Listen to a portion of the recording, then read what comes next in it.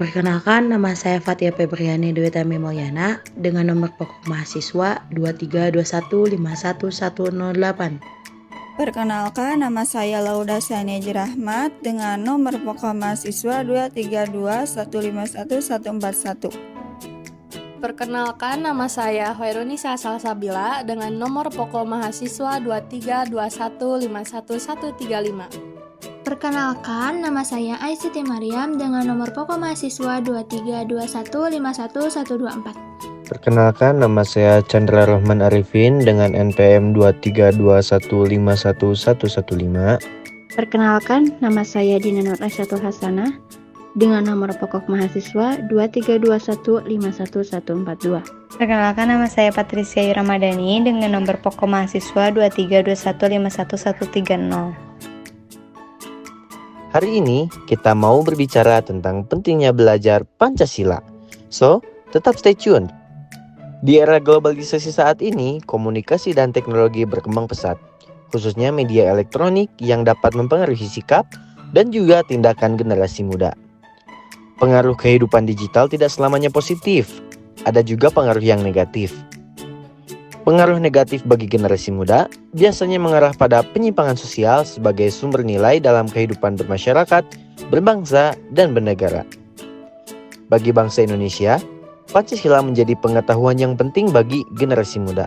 Pancasila, menurut Profesor Aceh Sugito dalam bukunya, pendidikan Pancasila adalah bagian dari pembentukan karakter bangsa yang mencerminkan jati diri Indonesia yang multikultural.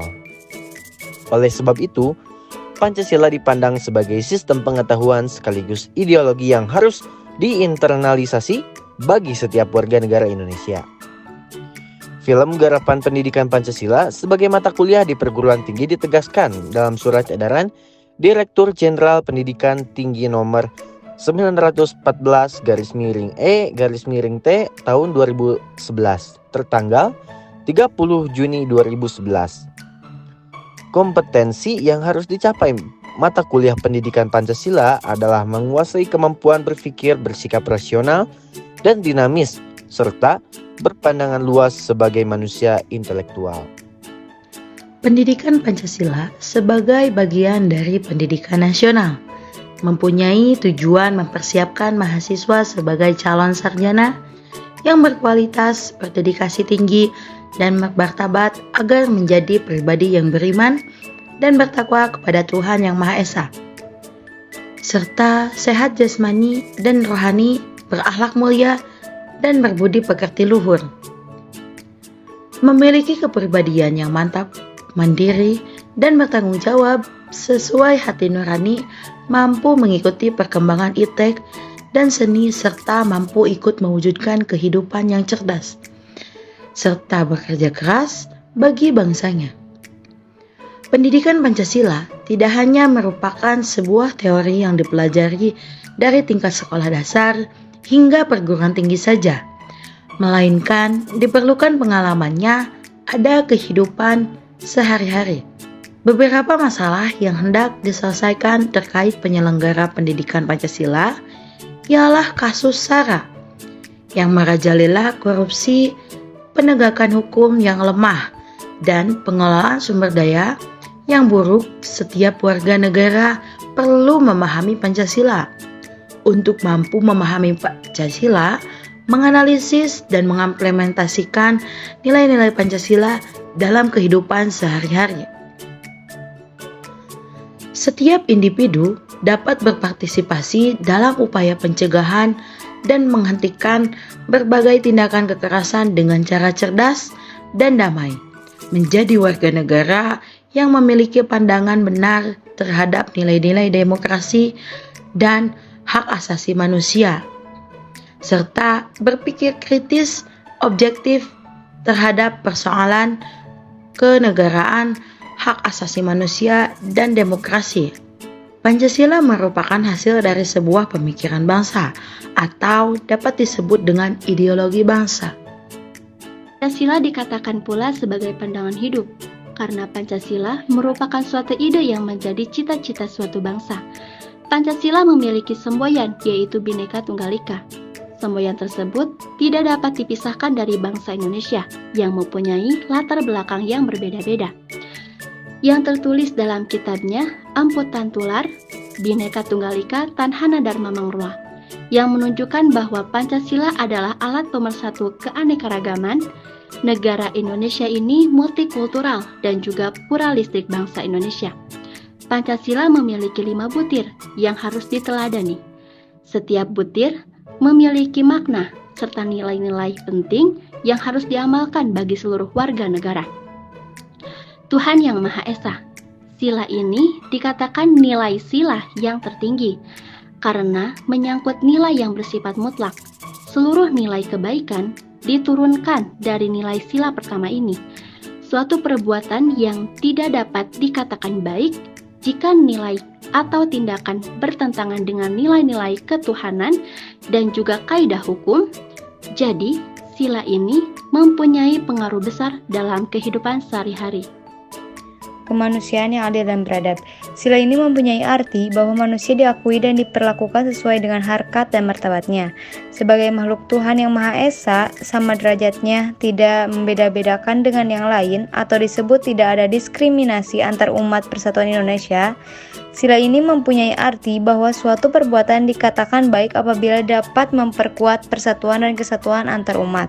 Dalam sila persatuan ini, bangsa Indonesia harus dapat memahami keanekaragaman bangsa baik dari budaya, suku, bahasa, ras, serta agama. Indonesia disebut sebagai negara demokrasi. Harapannya yaitu akan diperoleh suatu makna yang akurat serta memiliki nilai filosofis yang dapat diterapkan dalam kehidupan nyata atau secara langsung dalam kehidupan bermasyarakat. Kemudian dalam sila ini dapat dijadikan suatu acuan setiap langkah pemerintah dalam menjalankan setiap tindakannya. Keadilan sosial bagi seluruh rakyat Indonesia, bahwa setiap warga negara harus memperoleh hak hidup secara adil dari jaminan untuk sejahtera dan kesejahteraan. Makna serta nilai-nilai Pancasila masih belum diimplementasikan secara baik karena Pancasila hanya dipandang sebagai simbol saja tanpa diterapkan dalam kehidupan sehari-hari, baik dalam kehidupan kenegaraan maupun kehidupan bermasyarakat. Di dalam kehidupan bermasyarakat, khususnya dalam generasi muda di era globalisasi, masih terpengaruh dengan nilai-nilai budaya luar. Penurunan nilai nasionalisme di kalangan generasi muda saat ini mulai berkembang.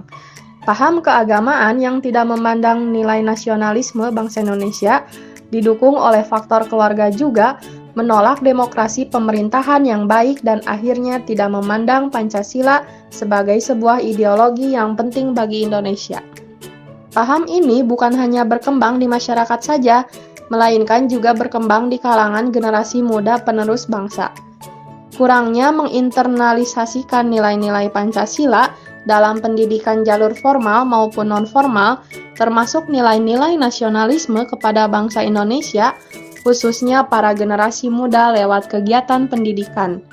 Diharapkan setiap mahasiswa menyerap nilai-nilai moral. Pancasila menyapa. Nilai-nilai moral Pancasila diarahkan berjalan secara manusiawi dan alamiah, tidak saja lewat pengalaman secara pribadi. Nilai-nilai moral Pancasila tidak dapat sekedar dipahami, melainkan untuk dihayati. Oleh karena itu, penyerapan nilai-nilai moral Pancasila bukan lewat proses indoktrinasi.